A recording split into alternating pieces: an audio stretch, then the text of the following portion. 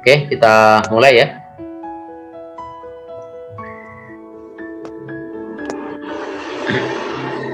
Baik, Assalamualaikum warahmatullahi wabarakatuh. Bismillahirrahmanirrahim. Alhamdulillahi rabbil alamin. Alhamdulillahilladzi ja'ala ad-dina ribatan madinan baina qulubil mu'minin. Asyhadu an la ilaha illallah wahdahu la syarika lah wa asyhadu anna sayyidana Muhammadan abduhu wa rasuluh. Allahumma salli wa sallim wa barik ala sayyidina Muhammad wa ala alihi wa ashabihi wa man tabi'ahum bi ihsanin ila yaumiddin, amma ba'du. Alhamdulillah, marilah kita awali manasik kita, sesi kedua untuk manasik interaktif ini bersama-sama dengan bersyukur kepada Allah atas rahmat dan karunia-Nya kita dipertemukan melalui media aplikasi Zoom ini, dan tentu dengan satu doa bersama, semoga Bapak Ibu sekalian, para jamaah semuanya dalam kondisi yang sehat walafiat, senantiasa dalam lindungan Allah di hari puasa yang kita memasuki pada 10 periode yang kedua di bulan Ramadan ini. Salawat salam semoga tercurah kepada baginda Rasulullah Muhammad sallallahu alaihi wasallam yang senantiasa menjadi tauladan panutan kita di dalam kehidupan, dan tentu kita berharap suatu saat kelak ya beliaulah yang akan memberikan syafaat kepada kita semua di hari akhir. Amin Allahumma amin. Baik Bapak Ibu sekalian, pada hari ini kita akan melanjutkan diskusi sebagaimana pada minggu yang lalu secara interaktif. Maka nanti Bapak Ibu yang akan bertanya silahkan untuk bisa menulis di kolom chat untuk nanti kita bisa ulas pertanyaannya satu demi satu. Meskipun hari ini kita masih ada beberapa pertanyaan dari diskusi kita di minggu yang lalu. Nah, hari ini kita akan dibersamai dengan dua orang narasumber. Yang pertama adalah Dr. Tejo Katon. Kita sapa dulu. Assalamualaikum Pak Dr. Tejo. Waalaikumsalam warahmatullahi wabarakatuh. Wah, sudah kelihatan ya kerennya. Pak Dokter ini adalah Ketua FKAPHI, Forum Komunikasi Alumni Petugas Haji di Yogyakarta ya. Sekaligus beliau juga intens memberikan manasik-manasik kepada jamaah haji, dan juga Bapak Ibu akan sering lihat postingan-postingan Pak Dokter Tejo ini baik dalam bentuk tayangan-tayangan video maupun yang lain, berisi edukasi kepada jamaah. Ya, sangat sering beliau memposting, dan saya kira Bapak Ibu juga sudah sering melihat dan mempelajarinya. Nah, hari ini kita hadirkan secara langsung untuk bisa membersamai kita. Nanti ketika ada hal-hal yang berkaitan dengan aspek kesehatan, maka nanti kita mintakan kepada Dr. Tejo untuk bisa memberikan penjelasan. Kemudian masih bersama dengan Pak Mustafid juga yang minggu lalu bersama kita. Assalamualaikum Pak Mustafid. Waalaikumsalam warahmatullahi wabarakatuh. Apa kabar Mas dan jamaah semuanya, sehat nih? Alhamdulillah sehat. Alhamdulillah, sehat seger. Sehat seger. Ini tampaknya di gedung yang baru ini ya. Iya.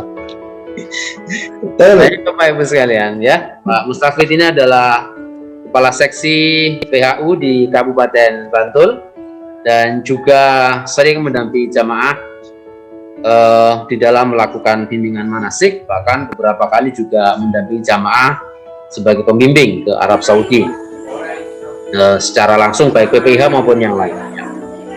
Alhamdulillah kita sudah hadir bersama dengan dua narasumber. Maka sebelum kita mulai, marilah kita awali bersama pertemuan kita dengan mohon kepada Allah supaya kelancaran ya, dengan bersama-sama kita membaca basmalah. Bismillahirrahmanirrahim. Baik. Saya akan awali dengan mereview beberapa pertanyaan pada minggu yang lalu yang masih belum sempat kita jawab ya. Saya akan bacakan karena sudah tidak ada di chat lagi, kita bisa mencatat beberapa hal. Yang pertama, kalau tahun ini ternyata belum bisa berangkat, maka mayoritas calon jamaah yang sudah vaksin meningitis untuk keberangkatan tahun 2020 ya, itu tentu masa vaksinnya sudah habis. Apakah nanti akan ada program vaksin meningitis lagi untuk keberangkatan 2022? Wah, jadi yang ditanyakan ini asumsinya kalau ini nggak jadi, tahun ini nggak jadi lagi, berarti kan sudah lewat 2 tahun meningitisnya. Kalau jadi berangkat 2022, nanti apakah akan ada vaksin meningitis lagi? Nah ini Pak Dr. Tejo, monggo kira-kira jawabannya bagaimana ini? Bismillahirrahmanirrahim. Assalamualaikum warahmatullahi wabarakatuh.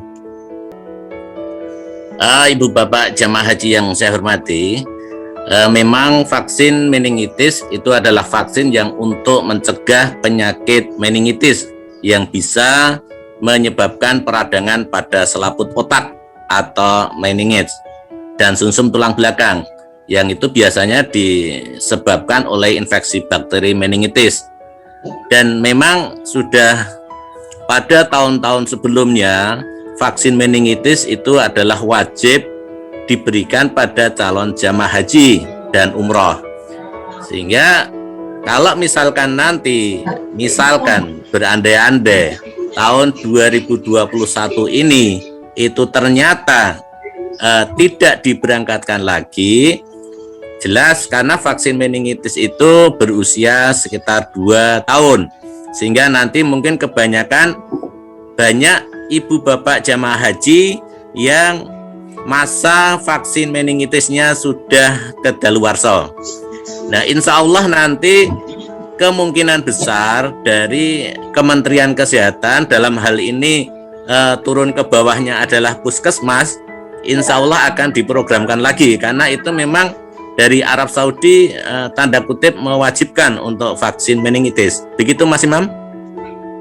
Baik Pak Dokter, jadi ini masih lama ya, masih asumsi tahun 2022.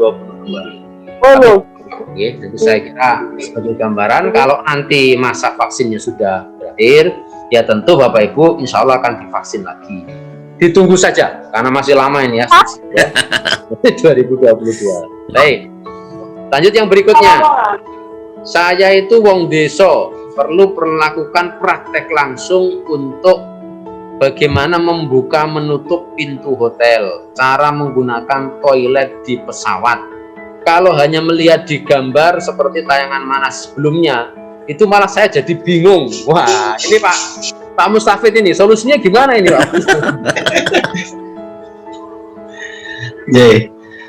Bapak, Ibu, dan jamaah, Assalamualaikum warahmatullahi wabarakatuh. Alhamdulillah wa syukurillah, la hawla wa la quwata illa billah, amma ba'd. Ustadz Imam, Ustadz Dr. Tejo, dan ini teman-teman Kepala KUA juga mengikuti, dan juga teman-teman para pembimbing di kecamatan, dan juga utamanya jamaah haji mabrur daerah istimewa Yogyakarta. Apa kabar siang hari ini? Semuanya sehat ya? Alhamdulillah, bersyukur kepada Allah bahwa sampai hari ini kita diberi kesempatan menyelesaikan puasa hari yang ke-11. 10. Efek siang hari. Karena mulainya kan Selasa Dok, jadi kalau sampai Selasa wudhu, kemudian Rebo Kemis berarti 10, sekarang hari yang ke-11. Kalau sudah selesai 10 berarti di bulan ini puasa kita tinggal 8 hari lagi, betul ya? Ya. Karena puasa di bulan April hanya 18 hari dan yang 12-nya insya Allah di bulan Mei. Mustafid doakan mudah-mudahan Allah senantiasa memberikan kesehatan dan diberi kemampuan oleh Allah kita menyelesaikan ibadah Ramadan tahun ini. Amin. Mudah-mudahan lebih baik daripada Ramadan tahun sebelumnya. Amin. Terkait dengan pertanyaan minggu lalu, di mana praktek haji, memang Bapak dan Ibu, haji itu adalah ibadah yang bukan hanya terkait dengan mental, terkait dengan kemudian spiritual, tetapi juga praktek. Bahkan terkait dengan doa-doa dan seterusnya tidak perlu dihafalkan. Jadi tidak ada yang repot, tidak ada yang sulit, karena berbekal niat, lalu bahkan insya Allah niat juga dipandu oleh pendamping, oleh pembimbing. Segala hal terkait dengan pelaksanaan haji itu nanti akan ada checklistnya, akan bisa masing-masing petugas kloter, petugas regu, petugas rombongan itu, atau ketua regu, ketua rombongan, nanti akan ada pelatihan dalam rangka memastikan seluruh jamaah bisa menunaikan hajinya dengan nyaman. Sekali lagi dikatakan nyaman, kenapa? Karena haji itu yang memilih Allah, yang memanggil Allah, yang mengundang Allah secara khusus kepada Bapak dan Ibu sekalian. Undangan itu tidak akan pernah salah, tidak akan pernah salah alamat, apalagi kemudian alamat palsu, insya Allah tidak ada. Semua yang dipanggil oleh Allah itu dengan undangan khusus, dengan hak istimewa, dan Allah akan menyuguhkannya dengan istimewa.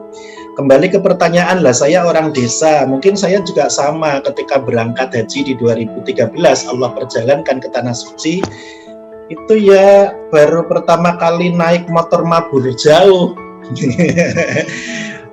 Terus bagaimana dan seterusnya, Bapak Ibu yang dirahmati Allah. Ketika di pesawat, jangan lupa di sana ada yang namanya pelayan di pesawat, pramugaranya itu baik-baik sekali. Yang putri-putri semuanya pakai busana muslimah, taat, jilbab dan seterusnya. Yang laki juga ganteng-ganteng. Apapun yang kita minta tolongkan, beliau akan dengan senang hati, dengan senyum melayani kita selama perjalanan kurang lebih 9 atau 10 jam.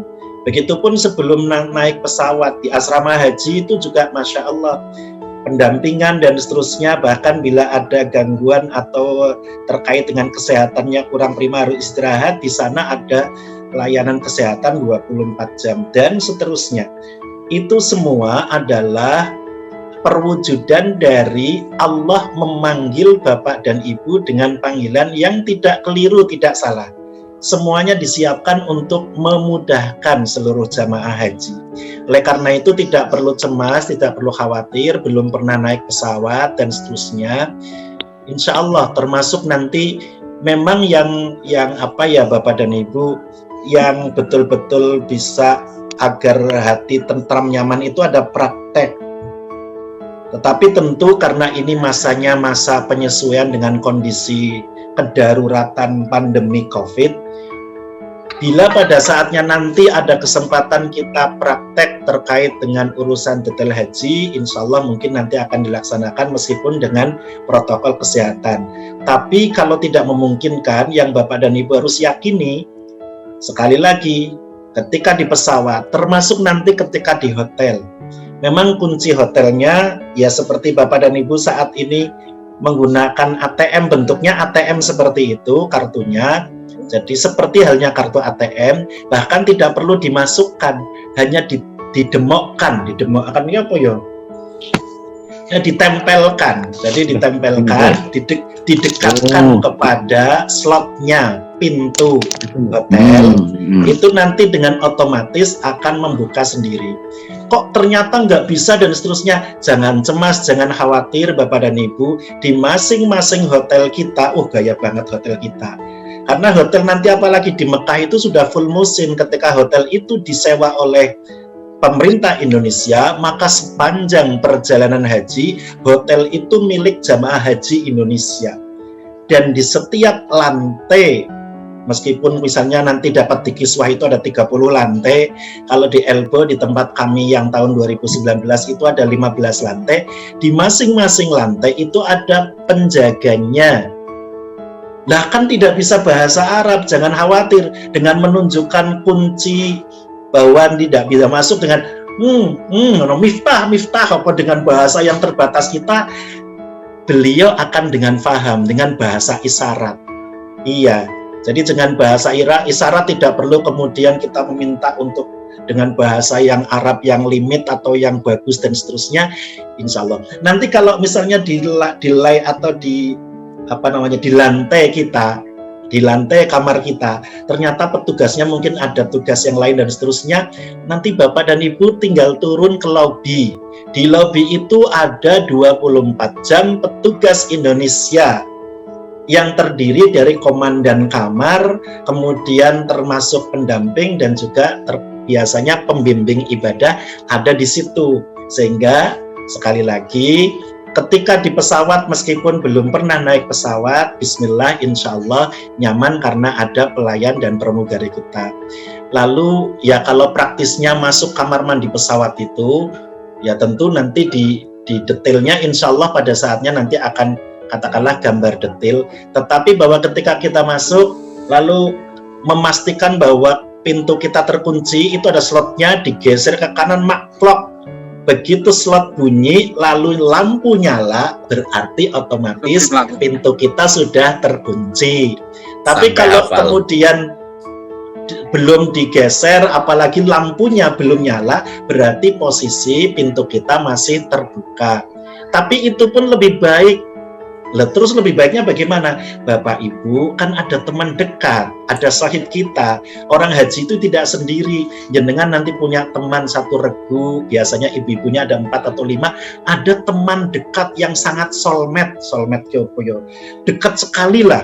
Mbak Yu, aku harap nih kamar mandi, tolong diantar. Nanti Mbak Yunya di depan pintu, ketika Bapak atau Ibu terutama misalnya atau Simbah masuk ke kamar mandi, nggak perlu dikunci karena nanti khawatir, nggak masalah karena di depan pintu ada teman kita yang sudah bersama sehidup dan hidup, tidak sehidup semati ya, sehidup dan hidup bersama-sama kita meraih kemakmuran dalam saling tolong menolong. Insya Allah itu lebih mudah. Jadi dan dimanapun, nanti ketika dimanapun Bapak Ibu meskipun itu toilet dekat misalnya, jangan sendiri. Kita wajib membawa teman, membawa sahabat yang bersama dari sini, dari Jogja dan seterusnya, insya Allah akan bergantian dengan kita untuk tolong menolong, memudahkan segala aktivitas ibadah kita.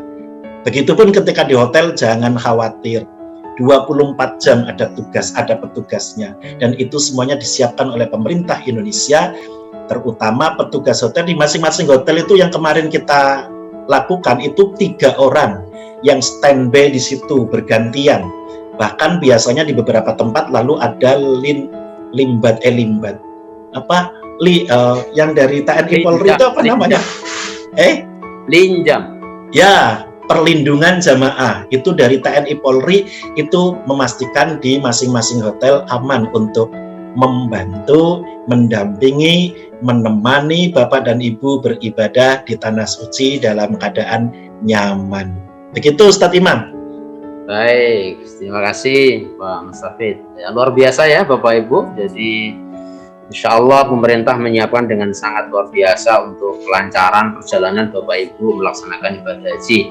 Jadi bentuk-bentuk kekhawatiran itu tidak perlu ya, panjenengan tenang. Tapi kalau misalnya mau melihat praktek pesawat gitu ya, pesawat beneran, nah itu di Kalasan kan ada itu pesawat. Jadi rumah makan ya.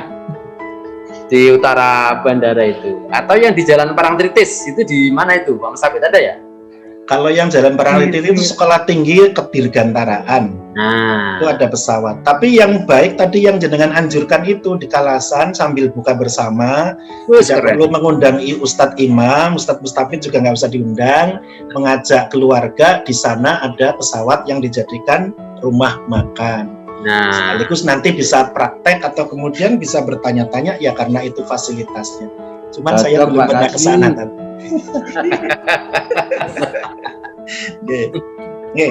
Monggo, jadi itu bisa menjadi alternatif. Jadi sudah tahu. Bapak Ibu sekalian, memang di Jogja ini termasuk Solo, kita belum punya replika atau orang sering sebut mock-up pesawat. Jadi beberapa embarkasi itu sudah punya, seperti di Makassar, di Palembang, itu mereka punya mock-up pesawat. Jadi memang pesawat yang kira-kira lah potongan pesawat, ya. Sehingga semuanya memberikan satu gambaran yang lebih nyata tentang keadaan yang akan dialami jamaah. Nah nanti kalau Jogja ini jadi membuat embarkasi, insya Allah sekalian nanti akan kita siapkan juga mock-up pesawatnya ya. Tapi ya belum, mungkin masih agak lama untuk generasi yang akan datang ya. Maka sekarang yang dimungkinkan yang dilakukan. Baik Bapak Ibu, kita lanjut pertanyaan berikutnya. Di dalam penjelasan tentang tawaf, itu kan ada tawaf fasilitas di lantai 3 yang bisa menggunakan skuter. Jadi ada yang pakai skuter. Nah pertanyaannya, pahalanya tawaf naik skuter sama jalan kaki itu besar mana? Yang tanya siapa? Yang jawab siapa ini Mas? Yang jawab kayaknya Mas Imam ini kayaknya. Ya kalau saya, para jamaah dan hadirin yang dirahmati Allah, itu terkait pertanyaan yang berapa fadilah, keutamaan, mana yang lebih utama dan seterusnya. Mungkin juga bisa juga pertanyaan itu, lebih utama mana orang yang berangkat hajinya ke tanah suci dengan haji reguler, dengan haji plus dan seterusnya. Termasuk ini yang terkait dengan rangkaian, bahkan Bapak dan Ibu tidak hanya tawaf yang kemudian karena suatu sebab menggunakan skuter dan seterusnya. Melempar jumroh itu juga 3 kali atau bahkan ketika jumroh Aqobah, lalu ketika tanggal 11, 12, 13 dalam kondisi tak memungkinkan bahkan lemah dan seterusnya dititipkan. Pertanyaannya lebih utamanya mana melempar sendiri dan seterusnya. Mungkin secara umum bisa kami matur, yang paling utama adalah bergantung ketulusan niat dan kesungguhan melaksanakan segala rangkaian aktivitas manasik ibadah haji semata karena Allah. Itu yang paling utama. Itu yang harus perlu panjenengan yakinkan dulu, bahwa dari mulai ke embarkasi, kemudian mabur ke Madinah, misalnya gelombang 1, lalu ibadah Arba'in, meskipun tentu saya tadi barusan Jumat ini ketemu seorang ustadz yang bertanya, Pak Mustafid, ada ndak tuntunan ibadah haji masa pandemi? Nah ini yang sedang saya tunggu, tak bilang gitu. Artinya kita tunggu itu kenapa? Karena dalam kondisi darurat tentu ada ibadah dalam kondisi darurat. Contoh misalnya, mungkin Ustadz Imam ini pakarnya ini, mungkin suatu saat haji itu dalam masa pandemi, mungkin di Madinah tidak harus 8 hari. Karena nanti mungkin ring waktunya tidaklah sepanjang bila kita full 221.000, yang kemudian masa perjalanannya 41 hari kurang lebih. Boleh jadi nanti di Madinah hanya beberapa hari sebagai tanda cinta dan kangen kita kepada baginda Rasul. Lalu kemudian nafar sani mungkin boleh jadi juga karena darurat, boleh jadi semuanya disarankan karena itu pilihan, mungkin menjadi nafar awal semua misalnya, dan seterusnya. Tetapi intinya nafar sani awal termasuk pertanyaan tadi, tawaf menggunakan jalan kaki sendiri di lantai 1 dengan di lantai 2 tentu beda, putarannya jauh lebih luas yang lantai 2, antara yang pakai kursi dan seterusnya. Tentu tergantung kondisi pribadi masing-masing. Contoh, ada orang yang kelihatannya lebih muda, tapi memang secara kondisi fisik beliau kondisinya mungkin agak lemah, lalu kemudian pas dalam posisi kesehatan tidak prima, lalu kemudian daripada memaksakan jalan lalu pakai kursi roda atau bahkan skuter.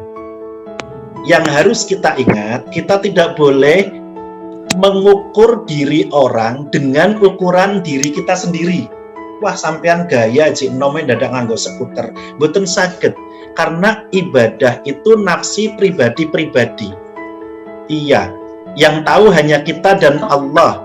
Lalu kita sudah berusaha maksimal melakukan sesuai dengan kondisi kita, ternyata lalu harus misalnya menggunakan skuter atau apa, maka yang kita lakukan dengan kondisi apa adanya kita, itu yang terbaik di sisi Allah.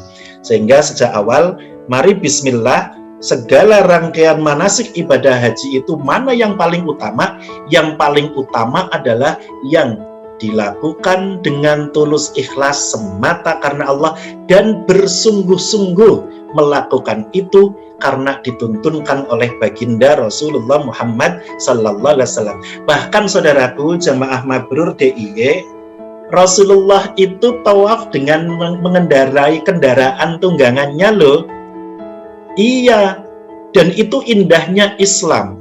Artinya apa? Sudah sejak lama baginda Rasul itu, boleh jadi, mungkin begini, ketika Rasulullah melakukan tawafnya jalan kaki, maka mungkin di ketika kita yang sekarang akan menggunakan menggunakan skuter atau kemudian pakai kursi dorongan, bertanyanya lebih banyak lagi. Padahal Rasulullah juga naik kendaraan beliau. Nanti kalau keliru Ustadz Imam bisa koreksi. Jadi Rasulullah itu naik kendaraan. Tentu berarti yang jalan itu juga utama, yang naik kendaraan bisa utama, bahkan kemudian berpahala indah luar biasa. Sekali lagi tergantung kesungguhan, dan itu semata karena mengikuti ketaatan kepada Allah, sami'na wa ata'na. Jadi kenapa kita sholatnya menghadap kiblat, termasuk kenapa lalu ketika tawaf juga harus di Ka'bah, yang di Baitullah, yang di Masjidil Haram, karena itu semua dalam rangka kepasrahan kita kepada Allah, bukan dalam rangka mengada-ada, membuat-buat. Termasuk tadi kesempatan berkendara dan seterusnya, itu sebagian rukhsah. Allah Maha tahu tentang keadaan kita. Kita tidak boleh memaksakan diri untuk kemudian melakukan hal yang di luar kemampuan kita. Insya Allah sah. Kalau mungkin Dr. Tejo bertanya, nah kalau sama-sama lalu mana yang lebih utama atau lebih banyak pahalanya mana? Boleh jadi menaik skuter lebih banyak karena putarannya lebih banyak ya. Bener nggak? Yang pakai kursi roda putarannya lebih banyak. Dan kalau jalan kaki kan, iya, kalau pakai kursi roda kan dia putarannya lebih banyak lagi. Tetapi sekali lagi para jamaah haji mabrur, ini ada calon petugas juga ini, Pak Yai Asrori ini, komandannya KUA Sewon yang bergabung bersama kita. Beliau insya Allah sehat, lalu kemudian bisa mendampingi jamaah, insya Allah menjadi petugas kloter, amin. Nah demikian yang dapat kami sampaikan. Mungkin menambahkan Ustadz Mustafik Mas Imam. Monggo.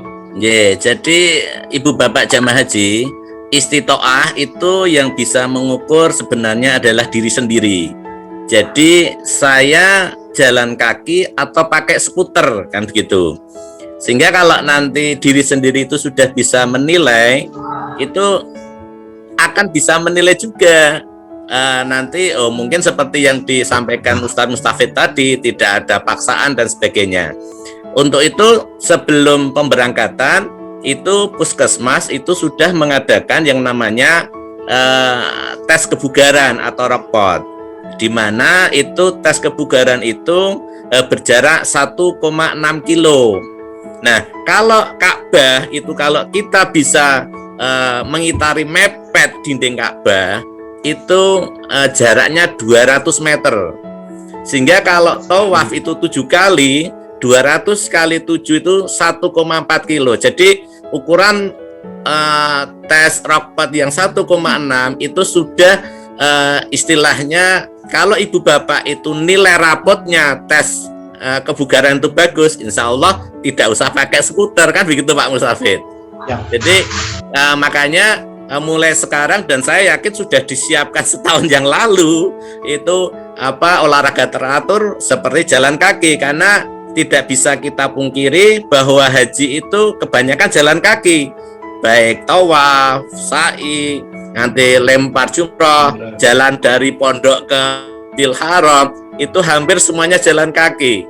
Sehingga dan untuk menyesuaikan juga, ibu bapak jamaah juga bisa yang namanya melakukan aklimatisasi, itu menyesuaikan dengan suhu panas. Sehingga kalau ibu bapak jamaah itu misalnya ke pasar begitu, itu parkir motornya itu carilah yang panas, nanti terus jalan kaki. Nah itu yang bisa untuk penyesuaian, sehingga nanti ibu bapak bisa menilai, saya istitoah enggak, saya perlu skuter atau tidak. Itu kalau dari segi medis. Oh saya kalau jalan kaki kuat, monggo. Tapi kalau mencoba mungkin ke Arab Saudi itu mungkin, wah ini kesempatan saya pakai skuter ya, mungkin juga nggak apa-apa. Begitu. Oke. Jadi kalau berdua 200 real ya. Kalau sendiri 150, nanti nyetiri sendiri. Ya. Tapi nggak apa-apa. Kalau kepengen lalu tawaf sunnah, kan? Lalu kemudian sekaligus pengalaman biar bisa berkisah, biar bisa memberikan pengalaman kepada jamaah berikutnya untuk meyakinkan. Itu niatnya bagus sekali, indah sekali. Jadi kayak misalnya dokter yang kan sehat mahal harganya. Ya kan, tapi kan ada ilmu, Tat. Kalau kita kan hanya mendengar ceritanya, oh ini tadi 200 real. Tapi kalau di sana mau naik jangan dihitung per realnya 3.000 4.000, nanti jenengan nggak jadi naik. Karena lalu ketika 200 dikalikan 4.000 jadinya ketemunya 800.000, jenengan nggak jadi naik skuter. Pengalaman yang sekali seumur hidup naik skuter di Masjidil Haram gitu. Makanya itu mahal harganya. Baik, terima kasih Pak Dokter dan Ustaz Mustafid. Jadi Bapak Ibu sekalian, skuter metik dalam tawaf itu dan juga sa'i ya, itu kan memang disediakan bagi yang punya keterbatasan. Boleh jadi yang di Indonesia sehat ternyata sampai di sana sakit karena berbagai hal ya, sehingga kemudian tidak mungkin untuk tawaf jalan kaki. Memang dalam pembahasan fikih para ulama itu mensunnahkan, jadi sunnahnya tawaf diantaranya itu berjalan kaki, itu bagian dari sunnah ya. Maka kalau bisa ya jalan kaki, tapi kalau nggak bisa berarti harus ada solusi, baik kursi roda, zaman dulu ditandu ya, tandu dipikul keliling ya, sekarang sudah ada skuter metik. Nah, terus mana yang utama? Kalau dalam soal orang mampu berjalan kaki, nah, yang lebih utama kalau kemudian jalan kakinya berlangkah pendek.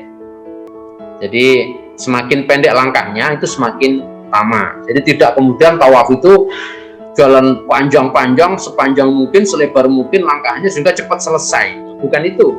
Ya, pendek-pendek ya, berkeliling Ka'bah dengan berjalan kaki. Nah, tapi kalau tidak dimungkinkan itu, maka solusinya adalah solusi dengan menggunakan skuter atau solusi menggunakan kursi roda. Nah, tentu kemudian kembali ke disampaikan Ustaz Mustafid tadi, ya kembali kepada suasana batin kita masing-masing, keikhlasannya, kesungguhannya, kekhidmatannya ketika tawaf, itulah yang akan menentukan nilai tawaf kita. Kalau kemudian misalnya yang jalan kaki itu seperti kita lihat misalnya, ada orang tawaf jalan kaki, tapi ya sambil pegang HP video call gitu. Wah, ini kan ya repot kan gitu. Sama juga nanti mau pakai skuter, kalau kemudian bisa khusyuk, bisa menghayati betul ya dalam tawafnya, tentu itu yang utama. Nah, oleh sebab itu kita tidak bisa mengukur dari kalkulasi matematis, karena itu memang solusi yang sifatnya kedaruratan. Maka yang penting Bapak Ibu apapun itu ya, Bapak Ibu kondisi apapun itu punya solusi yang bisa dilakukan dan menjadikan semuanya tenang untuk memiliki satu harapan besar bahwa semua hajinya itu sah, mabrur, dan diterima oleh Allah. Yang penting adalah itu. Nah, soal caranya kan macam-macam tergantung kondisi. Oke, saya kira itu tambahan saya saja. Lalu masih ada pertanyaan lagi. Kalau di Arafah itu jatah makannya berapa kali? Ataukah harus masak sendiri? Nah, kalau ini dua-duanya bisa menjawab, Pak Tejo juga bisa. Oke, Bapak Ibu, mungkin saya matur terkait dengan makan. Di 2019 seluruh aktivitas kita sejak dari embarkasi lalu kemudian sampai bandara tentu ketika kedatangan kalau di Madinah tidak dapat makan, tetapi nanti begitu sampai hotel ada selamat datang. Lalu ketika di hotel full, kemudian ketika di Mekah juga full, kecuali 2 hari sebelum puncak haji Arafah dan 3 hari setelah Arafah. Dan apalagi kalau Mina dan Arafah sejak dulu dalam arti ya sudah modern sejak 2000 sekian katakanlah, itu semuanya sudah mendapatkan perhatian dan penyediaan konsumsi secara penuh. Hanya dulu pernah kita mendengar ada yang modelnya prasmanan, ada yang tidak, tetapi lalu belakangan semuanya dengan menggunakan box karena lalu ya lebih nyaman dan seterusnya jamaah untuk kemudian bisa mengatur makannya. Tetapi secara umum sejak di Mina, nanti Bapak dan Ibu di Mina ketika Arafah dulu ya, Arafah, selama di Arafah nanti mendapat makan sejak malamnya ketika sudah sampai di sana, pagi dapat makan, lalu kemudian siang dan malam maghrib, lalu baru kemudian akan berangkat ke Musdalifah, bahkan dibawain makanan-makanan yang apa namanya, kayak roti dan seterusnya, itu yang kering, yang praktis untuk bekal di Musdalifah, mestinya seperti itu. Apalagi lalu di Mina. Jadi secara full. Yang kemarin sudah direncanakan, sudah dihitung oleh pemerintah, dalam hal ini penyelenggara perjalanan haji, adalah khusus terkait dengan sebelum dan sesudah Arafah di Hotel Mekah. Dan itu sudah disiapkan mendapat full makan dengan model makanan yang siap saji untuk H-2 dan H+3 Arafah. Jadi jangan khawatir. Bahkan di tahun kemarin 2019 jamaah sudah tak repot lagi membawa beras. Kenapa? Karena jamaahnya sudah cerdas-cerdas. H-2 Arafah, H+3 Arafah, itu jamaah sudah bisa komunikasi dengan mukimin, dengan masakan asli Indonesia, dimasak oleh orang-orang yang memang mukimin itu biasanya melayani untuk satu regu bisa, satu rombongan bisa, selama H-2, H+3, sehingga lalu semuanya sudah nyaman di tahun kemarin 2019. Apalagi kalau sekarang nanti semuanya full akan disiapkan oleh penyelenggara, dan itu mewah-mewah. Kalau dibandingkan makanan kita di rumah, ya kira-kira enak yang di sana. Tapi enak dan tidak tergantung batin. Katanya makan enak itu syaratnya 2, sehat dan lapar gitu. Ya Pak Dokter ya. Oke. Monggo Pak Dokter. Menambahkan. Terus gini Ibu Bapak, karena tidak bisa kita pungkiri, haji ke depan itu penuh dengan istilah protokol kesehatan. Sehingga itu yang dinamakan era kebiasaan yang baru.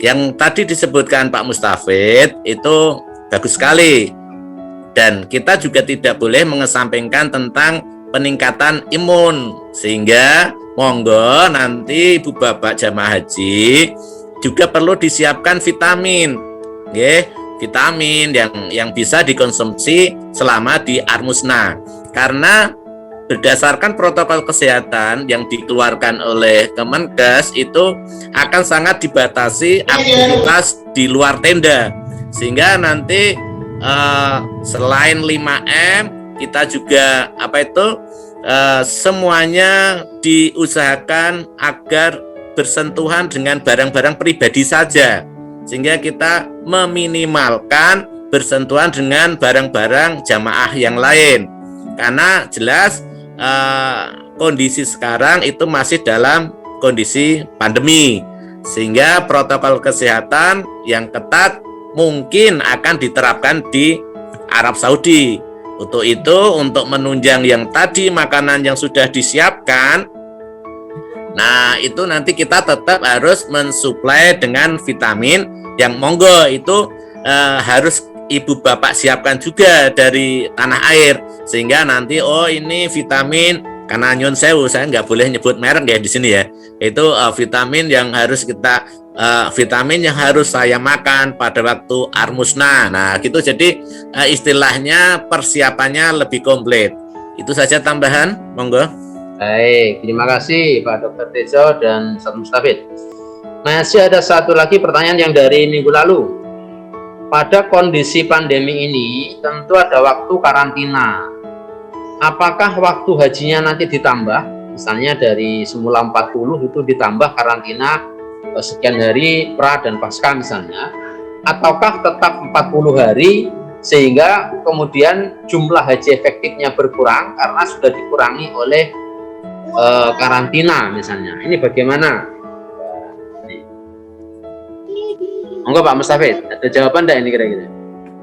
Kalau mungkin nanti Pak Dokter justru utamanya ya, tetapi bahwa begini, 41 hari kurang lebih itu ketika masa normal, ketika new normal dengan beberapa penyesuaian seperti yang tadi di awal kami sampaikan, boleh jadi nanti ada tuntunan yang dipahami dan disepahami, disepakati pelaksanaan haji dalam kondisi darurat pandemi, sehingga boleh jadi Madinahnya tidak full 8 hari, kemudian beberapa kegiatan termasuk ketika tidak 100% perjalanan kita. Kenapa kemarin sampai 40 itu karena antrian untuk pesawat masuk ke Arab Saudi, karena bandara Arab Saudi yang digunakan untuk internasional kedatangan haji itu hanya di Madinah dan juga di Jeddah, sehingga ngantri dengan 221.000 itu, maka ngantri dan kemudian diurutkan, dijadwal sedemikian rupa, masing-masing embarkasi hanya 3 kali keberangkatan dalam 1 hari, maka menjadi 41 hari. Tapi boleh jadi mungkin ini ketika lalu pelaksanaan di saat pandemi tentu ada penyesuaian. Apakah lalu akan ditambah dengan masa karantina ketika di bandara dan seterusnya, tentu nanti akan disesuaikan itu. Sehingga disesuaikan di sini pelaksanaan rukun wajib hajinya semuanya sempurna dilakukan, ya kan? Lalu kemudian berapa waktu tinggal, baik itu di Madinah misalnya ada atau kemudian di Makkah, lalu akan dihitung termasuk dengan masa harus karantina dan seterusnya. Tetapi inti rukun wajib hajinya itu menjadi prioritas perhitungan utama, sehingga tidak ada hak atau apalagi kewajiban jamaah yang tertinggal gara-gara misalnya terkurangi untuk karantina dan lain-lain. Itu pasti akan diperhitungkan, tetapi hitungan utamanya adalah kewajiban dari rukun wajib dan berbagai amalan inti di pelaksanaan haji. Nanti kemudian disesuaikan dengan aturan karantina Arab Saudi, termasuk kedatangan dan ketika saat mau pulang dan seterusnya, itu tentu akan dihitung. Mungkin itu, Ustaz. Baik. Nambahin ya? Monggo. Oke, jadi kalau untuk tambah tidaknya karantina seperti yang disampaikan Pak Mustafid, itu pasti nanti akan ada kebijakan. Yang jelas pada protokol kesehatan pra-embarkasi itu jamaah haji ibu bapak itu diminta untuk berdiam diri di rumah selama 14 hari sebelum keberangkatan. Jadi sebelum berangkat saja ibu bapak jamaah itu sudah dikarantina sendiri di rumah. Jadi nyuwun sewu, mungkin untuk acara pamitan atau apapun mungkin nggak bisa, karena 14 hari sebelum keberangkatan ibu bapak disarankan tanda kutip lebih tebal itu berdiam diri di rumah, karena nanti 2 hari sebelum masuk embarkasi ibu bapak akan dilakukan yang namanya tes swab PCR. Oke. Nah, setelah ibu bapak 14 hari di rumah, nanti diseleksi dengan swab PCR, itu nanti sebelum masuk asrama pun akan dilakukan swab antigen. Kemudian nanti begitu sampai di Mekah, juga dilakukan swab PCR lagi. Dalam artian itu juga dikarantina di hotel, kan begitu. Sehingga nanti misalkan ditambah lagi nanti ibu bapak pulang itu juga dikarantina 14 hari lagi, sehingga mungkin karantinanya aja sudah lebih dari 28 hari. Sehingga kalau yang tadi disampaikan Ustaz Mustafid itu memang yang penting itu rukun wajib hajinya terlaksana dengan baik. Masalah nanti karantina untuk lama tidaknya ada tambah atau tidak, itu insya Allah nanti ada kebijakan yang menyertainya. Atau nuwun. Baik, terima kasih. Ini memang kita mendiskusikan sesuatu yang belum pasti ya. Tapi itu memberikan satu gambaran tentang kemungkinan-kemungkinan, dan saya kira baik supaya kita semuanya punya kesiapan secara mental untuk menghadapi segala kebijakan yang mungkin akan diambil, yang mungkin belum pernah terbayang di dalam pikiran kita sebelumnya. Ya, apapun itu tentu kita harus siap, dan memang harus begitu ya. Dan memang pengalaman haji pun juga menunjukkan hal yang sama. Setiap tahun itu selalu aja muncul masalah-masalah baru yang kadang-kadang tidak pernah terpikirkan di periode sebelumnya, dan harus dihadapi dan diselesaikan ya. Maka Bapak Ibu ya harus beradaptasi dengan cepat ya, dengan segala kemungkinan-kemungkinan yang akan diambil nantinya jika kemudian haji ini berjalan. Baik, kita lanjut pada pertanyaan yang di kolom chat. Yang pertama, mohon izin bertanya, bagaimana penentuan pembayaran dam bagi jamaah yang melanggar larangan waktu pakai ihram? Ini larangan ihram yang dilanggar maksudnya mungkin ya. Nah, jadi penentuan damnya bagaimana? Enggak Pak Ustadz Mustafid ini. Bapak dan Ibu, segala ketentuan tentang haji dan umroh dituntunkan oleh baginda Rasulullah Muhammad SAW. Dan satu di antara rukun haji maupun umroh itu adalah ihram, yang ditandai dengan niat haji atau umroh semata karena Allah, lalu kemudian mengenakan pakaian ihram bagi laki-laki yang sudah tertentu itu dua lembar kain. Lalu kemudian kalau ibu adalah pakaian yang biasa dipakai menutup seluruh tubuh kecuali muka dan telapak tangan. Nah, terkait dengan melanggar larangan atau kemudian yang disebut dengan dam, Bapak dan Ibu, dam itu ada dua macam. Ada yang disebut dam nusuk, ada yang disebut dam isaah. Dam nusuk itu adalah kewajiban membayar denda atau dam itu karena memang aturannya seperti itu bagi orang yang melakukan haji kiron atau kemudian haji tamattu seperti kita. Jadi pemerintah dalam hal ini sudah istilahnya membimbing kita untuk melakukan haji dalam keadaan nyaman. Nyaman ini disesuaikan dengan kondisi jadwal keberangkatan ke tanah suci dan seterusnya. Nyaman bagi jamaah Indonesia yang rata-rata tentu tidak semuanya dalam keadaan muda dan seterusnya, maka lalu dipilihkan haji tamattu. Konsekuensi haji tamattu, maka semua kita dikenai dam, yang damnya adalah seekor kambing yang kemudian dam itu dikelola biasanya oleh masing-masing regu rombongan dalam rangka mengkoordinir. Sebenarnya Bapak dan Ibu bisa mencari kambing sendiri lalu mengantarkan untuk disembelih, tetapi itu tentu sangat sulit, sangat merepotkan, dan tentu ya itu tadi memberatkan. Maka lalu beberapa guru-guru kita atau ustadz pembimbing kita lalu dikelola, dan biasanya lalu melalui bank yang namanya Ar-Rajhi yang tahun kemarin damnya 475 real. Setiap tahun memang tidak mesti sama karena nanti biasanya diketahui itu beberapa hari sebelum pelaksanaannya, dan itu semua jamaah sudah menyiapkan karena sudah sejak awal sudah dipersiapkan. Biasanya dikoordinir untuk dikumpulkan oleh ketua regu atau ketua rombongan lalu bersama-sama menuju Bank Ar-Rajhi yang ada di seputaran Masjidil Haram, biasanya bersama. Itu dam nusuk. Tapi ada yang namanya dam isaah, dam yang dikenakan menjadi kewajiban yang harus ditunaikan karena melanggar larangan ihram, yang seperti yang ditanyakan tadi. Berlakunya larangan ihram itu kita ketika sudah menjatuhkan niat itu memulai. Maka biasanya kalau mau berumroh pertama, umroh wajib saat dari Madinah, biasanya pagi-pagi Bapak Ibu sudah menggunakan kain ihram, tapi itu belum kena larangan karena larangannya itu ketika sudah labbaik Allahumma umrotan atau nawaitul umrota lillah wa ahramtu biha dan seterusnya, itu baru berlaku larangan itu. Tapi kalau dari pagi bersiap, kemudian mandi, tentu sorenya sudah memotong kuku, lalu kemudian merapikan segala bulu, baik yang nampak maupun yang tersembunyi, gitu Ustaz Imam ya. Lalu pagi hari mandinya sebelum subuh itu sudah sekaligus mandi karena mau ihram. Karena tentu ada yang mengatakan itu mandi ihram, bismillah, niat saya mandi karena ihram, boleh silakan di pagi hari. Kemudian badan kita disemprot dengan wewangian, tapi tidak boleh di kainnya, badan boleh, jadi disemprot wewangi dan seterusnya. Kemudian baru pakaian ihram kita pakai.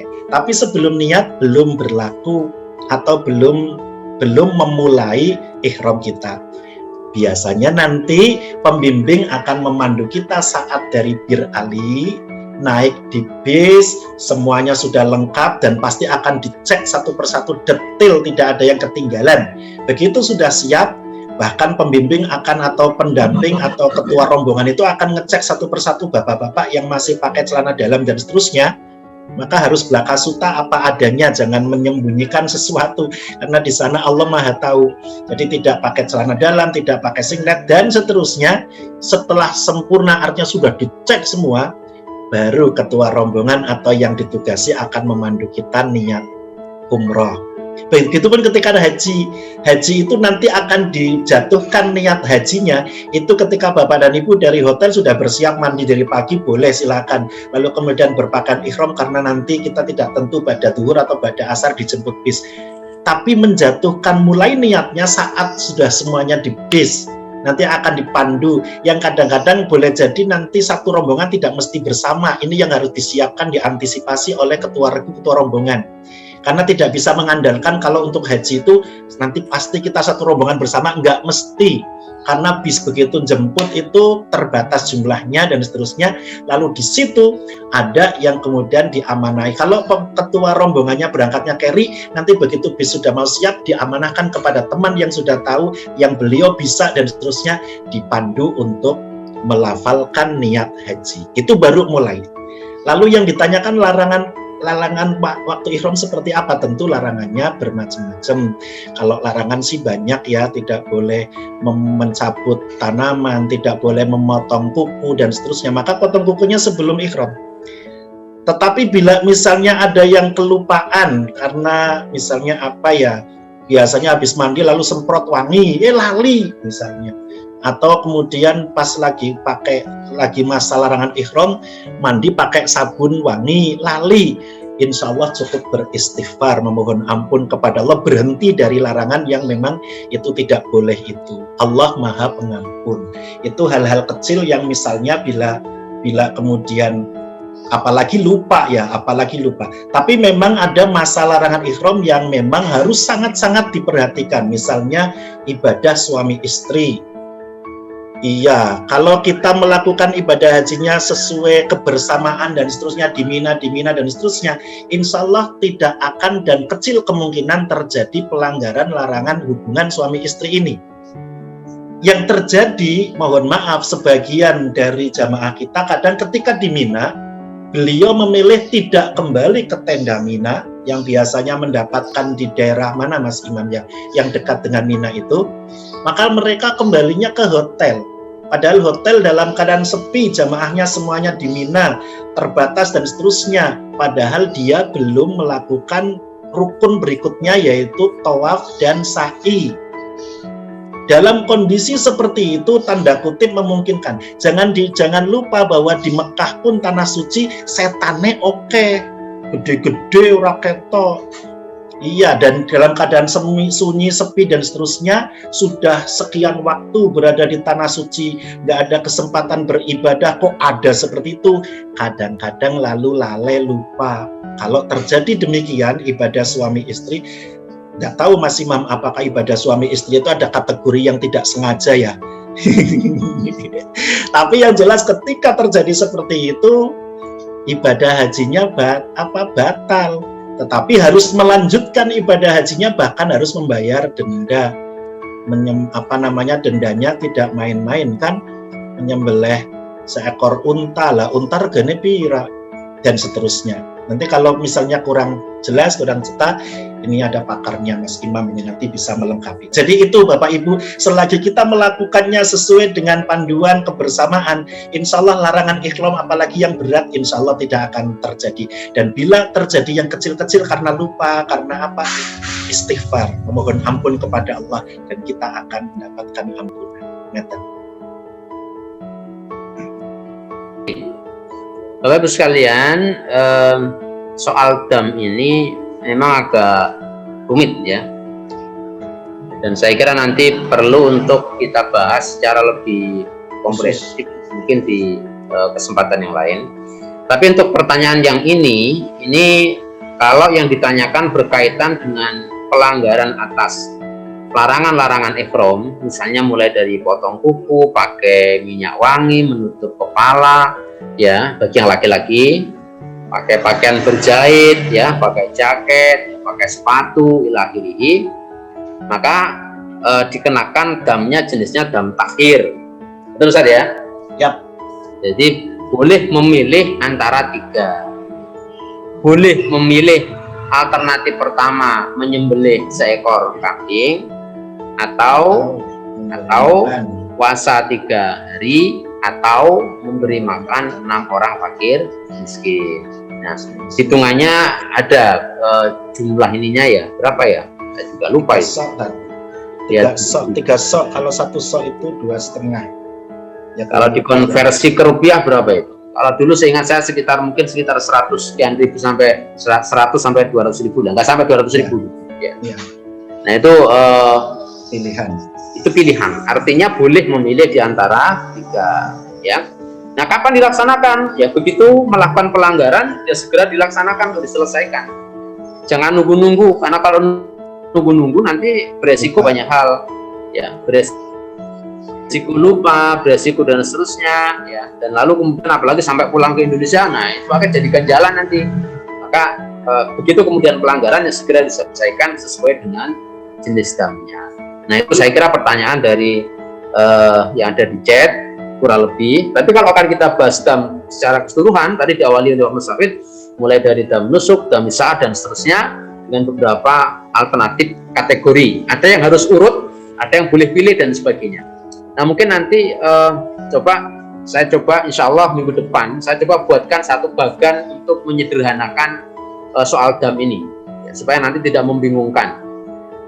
Takutnya kalau tidak paham apa-apa nyembelih kambing, ini kan juga kasihan gitu ya, apa-apa nyembelih kambing nanti bekalnya habis nyembelih kambing. Dan Ustadz yang harus diingat oleh jamaah, berlakunya larangan dam itu atau larangan ihram itu tidak sepanjang masa haji kita 40 hari itu. Ya, kadang-kadang jamaah itu takut nanti ini, dan berlakunya larangan itu ya ketika misalnya dari Madinah mau ke Mekah itu lalu menyempurnakan umroh sudah selesai, sehingga boleh semua larangan saat ihram tidak berlaku lagi. Artinya sudah kembali hanya menjaga urusan bicara dan seterusnya itu tentu. Lalu nanti terkait puncak haji juga sama, jadi larangan tidak boleh potong kuku, termasuk juga ibadah suami istri itu ya saat ketika labbaik Allahumma hajjan atau nawaitul hajja wa ahramtu biha lillahi ta'ala, itu saat itu diikrarkan sampai kemudian pelaksanaan rukun yang menjadi selesainya ibadah haji kita. Tapi selepasnya dan kemudian sebelumnya itu semua larangan itu istilahnya tidak dilarang bagi orang yang pergi haji maupun umroh. Ya, belum berlaku, larangannya belum berlaku. Larangannya. Okay. Baik, insya Allah nanti coba minggu depan akan saya coba untuk buat satu bagan, ya semoga bisa, yang memudahkan untuk melakukan pencermatan dari tadi misalnya kapan berlaku, ya. Kalau terjadi ini pelanggaran ini maka jenisnya apa, sehingga nanti tidak bingung, ya, tidak bingung. Termasuk bagi para pembimbing, nek suwe bimbing itu jadi bingung mana wong jarang buka gitu ya. Ini saya kira perlu juga untuk sama-sama kita belajar. Kita lanjut ya, yang pertanyaan berikutnya. Untuk kepastian haji 2021, apakah sudah bisa diprediksi kepastiannya berangkat atau tidak? Nah, ini ya. Jawab hostnya ini, monggo langsung. Baik Bapak Ibu jamaah sekalian. Sampai hari ini belum ada informasi yang secara resmi diterbitkan oleh Kementerian Agama berkaitan dengan haji 2021. Prinsipnya kita masih menunggu dengan mempersiapkan segala kemungkinan. Artinya kami di Kementerian Agama, berapapun nanti yang diputuskan oleh Arab Saudi dan pemerintah, ya tentu kita siap untuk memberangkatkan, untuk mempersiapkan keberangkatan dengan segala ketentuan yang berlaku. Nah, posisinya semacam itu sampai hari ini. Terus bagaimana? Ini sudah Ramadan, Pak. Ya kita tunggu saja, ya, karena tidak bisa ada satu langkah yang lebih progresif selain menunggu sekarang ini dan bersiap. Nah, saya kira ini juga harus dilakukan oleh Bapak Ibu seluruh jamaah, bersiap secara keilmuan, bersiap secara mental. Karena situasinya boleh jadi akan sangat berbeda dengan yang pernah dilakukan kita alami era-era sebelumnya. Ya tentu bersiap juga kesabarannya, ya rasa tawakalnya ini juga semakin dipertebal. Ya termasuk kalau nanti ada kebijakan-kebijakan yang ternyata berdampak kepada kemungkinan kalau ada keluarga yang satu berangkat dan satu tidak. Nah ini boleh jadi akan ada potensi-potensi itu Kalau ada pembatasan umur misalnya, dan seterusnya dan seterusnya. Jadi kita masih menunggu, belum ada kepastian. Kita lanjut berikutnya lagi. Bagaimana cara agar bisa tawaf pada posisi terdekat dengan Ka'bah sehingga durasi waktunya bisa lebih pendek? Nah, gimana Ustaz caranya biar lebih dekat ke Ka'bah? Bapak Ibu jamaah haji yang dirahmati Allah, mudah-mudahan masih bersama kita meskipun sambil leyeh-leyeh ya. Sambil leyeh-leyeh, kemudian tapi ini pahalanya berlipat loh kalau urusan pahala kan lagi puasa ya kan. Terkait dengan tawaf dan utamanya tawaf ya Bapak dan Ibu, tawaf yang akan dilakukan oleh Bapak Ibu terutama yang pertama kali, maka itu bisa dipastikan akan bersama dengan rombongan yang lain, akan dipandu oleh ketua kloter, pembimbing ibadah untuk diatur sedemikian rupa agar jamaah nyaman. Di sini kesabaran jamaah haji untuk bisa mengikuti apa yang sudah direncanakan, karena petugas itu akan menfikkan rencana, mematangkan rencana itu ketika 1 atau 2 hari sebelum berangkat ke Masjidil Haram dari Madinah misalnya ketika gelombang 1. Dan diharapkan kesabaran jamaah di sini, misalnya begini, ada di antara jamaah itu orang yang sudah pernah umroh. Tanda kutip kadang-kadang karena sudah pernah umroh, bahkan di sana mungkin umroh sudah berkali mungkin, lalu kadang-kadang muncul tanda kutip egonya. Mudah-mudahan kalau jamaah haji Jogja insya Allah tidak ya, aku tak umroh, nanti saya tak menyelesaikan umroh sendiri aja. Bismillah Bapak dan Ibu yang dirahmati Allah, mari kita mabrur bersama-sama, kita raih kemabruran itu bersama. Justru ada pahala menunggu yang sangat mulia manakala Bapak Ibu sudah pernah umroh, bahkan mungkin sebelum adanya siskohat Bapak Ibu pernah haji. Justru pengalaman itu mari kita gandeng simbah kakung, simbah putri, teman kita yang belum pernah ke tanah suci, bahkan melihat Masjidil Haram baru pertama kalinya, mereka kita dampingi, kita temani. Meskipun kita sudah hafal, tapi kemudian kita membersamai beliau yang mungkin masih risau, masih galau. Kita tentramkan, Ibu alhamdulillah saya sudah pernah umroh, nanti bersama saya bareng-bareng rombongan. Satu rombongan itu ketika pertama.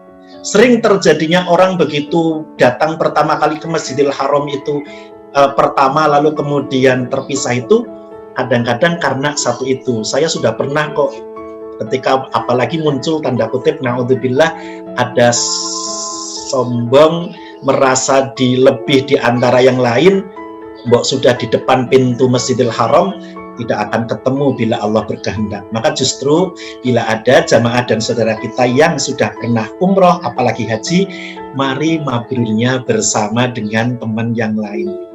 Nah, terkait dengan umroh tawaf dengan putaran mepet, ketika tawaf yang pertama umroh wajib, biasanya teman-teman ketua rombongan dan utamanya ketua kloter dan pembimbing ibadah tidak akan merekomendasi itu. Maka melakukan tawafnya yang nyaman, tidak terlalu dekat tetapi juga tidak terlalu jauh, karena ketika umroh atau ketika tawaf pertama itu betul-betul banyak jamaah yang baru pertama kali masuk ke Masjidil Haram. Kita tidak ingin mereka lalu tertinggal lalu kemudian terpisah, tidak ingin. Maka kesabaran itu dibutuhkan. Maka biasanya ketika tawaf pertama itu maka akan yang nyaman, tidak terlalu dekat tetapi juga tidak terlalu jauh.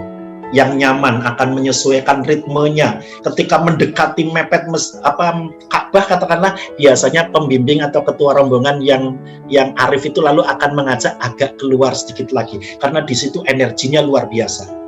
Jadi meskipun kita tidak akan dorong-dorong, tetapi energi untuk di putaran ring 1, 2 mepet Ka'bah, apalagi kita tidak membutuhkan untuk di situ untuk yang pertama. Nanti kalau jamaah sudah paham, sudah hari ketiga, keempat, sudah paham ini pintu ke arah hotel saya, ini posisi, silahkan kalau mau tawaf sunnah, mau mendekat Ka'bah silahkan, tapi jangan menyentuh, karena kalau menyentuh putaran itu batal. Kalau menyentuh, jadi sedekat-dekatnya dengan Ka'bah, tapi nggak boleh menyentuh Ka'bah. Karena Ka'bah itu yang harus diputari, sehingga ketika menyentuh Ka'bah itu nggak boleh. Jadi kepada Bapak Ibu, ketika tawaf pertama, bismillah, mendukung Pak Ketua Rombongan, Ketua Regu, Pembimbing Ibadah, dan Ketua Kloter staf petugas. Mari kita mabrur bersama teman kita. Tidak mabrur untuk diri kita sendiri karena kita lebih pengalaman. Ngeten Mas Imam. Dan Ustaz Dokter, ini Dokter Tejo kayaknya ada tip ini karena pakarnya tip kan. Baik, untuk baru Tejo ada pertanyaan ini. Untuk melengkapi protokol kesehatan yang baik, apa bisa direkomendasikan jenis masker yang digunakan selama proses penerbangan dan proses armusna, Dok? Jenis maskernya masker apa ini? Terutama di era pandemi ini.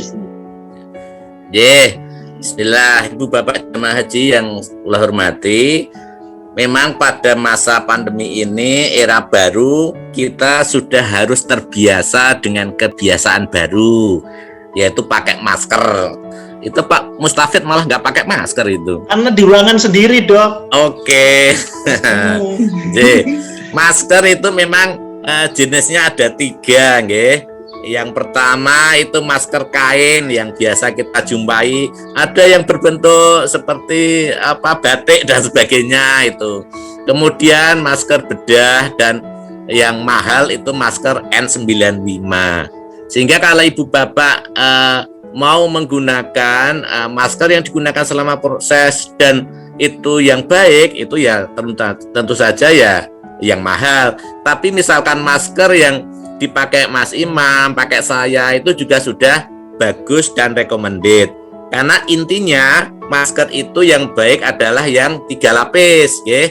Yang 3 lapis, yang lapisan pertama itu yang luar itu kan tujuannya untuk menahan debu. Kemudian yang lapisan tengah itu menahan kuman, dan lapisan dalam itu untuk menyerap kelembaban.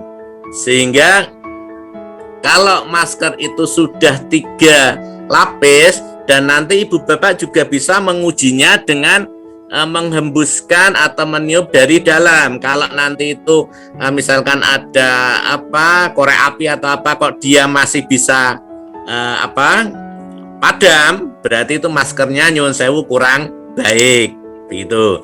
Nah, memang untuk armusna yang dimana nanti itu kita akan berkolaborasi, akan berkumpul dari berbagai negara, itu protokol kesehatan APD yang bagus harus kita terapkan. Sehingga bukan maskernya saja yang bagus, tetapi cara makainya juga harus bagus gitu. Sehingga monggo nanti sebelum pakai masker, cuci tangan dulu. Makanya persiapan-persiapan itulah yang harus kita siapkan mulai sekarang. Walaupun nanti masalah nanti berangkat atau tidak itu urusan nanti. Sekarang kita siapkan dulu aja, seperti vitamin, kemudian masker, kemudian hand sanitizer yang akan kita gunakan jika kita mau memakai masker. Sehingga sebelum memakai masker itu cuci tangan dulu. Misalkan nanti di sana sulit cari air, ya pakai hand sanitizer. Kemudian karena apa? Masker itu intinya menutup hidung dan mulut serta dagu secara sempurna. Nah, ngeten niki ya, ini bagus nih. Apalagi berlapis. Nah, berlapis 3, nggih. Itu sehingga terus kemudian nanti cara pasang talinya, kemudian lekuknya yang di atas supaya menyesuaikan hidung, itu yang harus kita perhatikan. Kalau masalah masker yang baik, itu intinya masker itu 3 lapis, nggih. Sehingga kalau nanti itu kita mencoba menghembuskan nafas dari dalam, itu kalau ada api, itu kalau kita uji coba dia tidak padam, itu maskernya sudah bagus. Monggo kalau masalah merek silahkan nanti pilih sendiri. Lebih mahal insya Allah lebih bagus. Baik, terima kasih Dr. Tejo dan Pak Mustafid. Waktu kita sudah jam 14.35, sudah lewat 5 menit. Jadi kesepakatannya memulai waktu telat rapopo yang rampung ikut tepat ya. Masih ada beberapa pertanyaan yang belum terjawab. Nah, insya Allah nanti kita lanjut minggu depan lagi ya dengan narasumber yang berikutnya ya. untuk memberikan jawaban-jawaban pada beberapa yang belum terselesaikan di hari ini. Bapak Ibu, saya rasa begitu. Terima kasih kepada Dr. Tejo, kepada Ustadz Ahmad Mustafid yang sudah bersama kita di sore siang hari ini. Jazakumullah khairal jaza. Semoga Allah memberikan balasan terbaik atas apa yang sudah Bapak Ibu lakukan, ya, terutama para narasumber dan tentu pada semua para jamaah. Semoga diberi kesehatan oleh Allah. Amin. Menikmati Ramadan dengan sempurna, dengan baik. Dan Amin. akhirnya juga Allah memberangkatkan Bapak Ibu ke tanah suci. Amin Allahumma. Amin. Mari kita tutup dengan doa kafaratul majelis. Subhanakallahumma wa bihamdika asyhadu an la ilaha illa anta astaghfiruka wa atubu ilaik. Wassalamualaikum warahmatullahi wabarakatuh.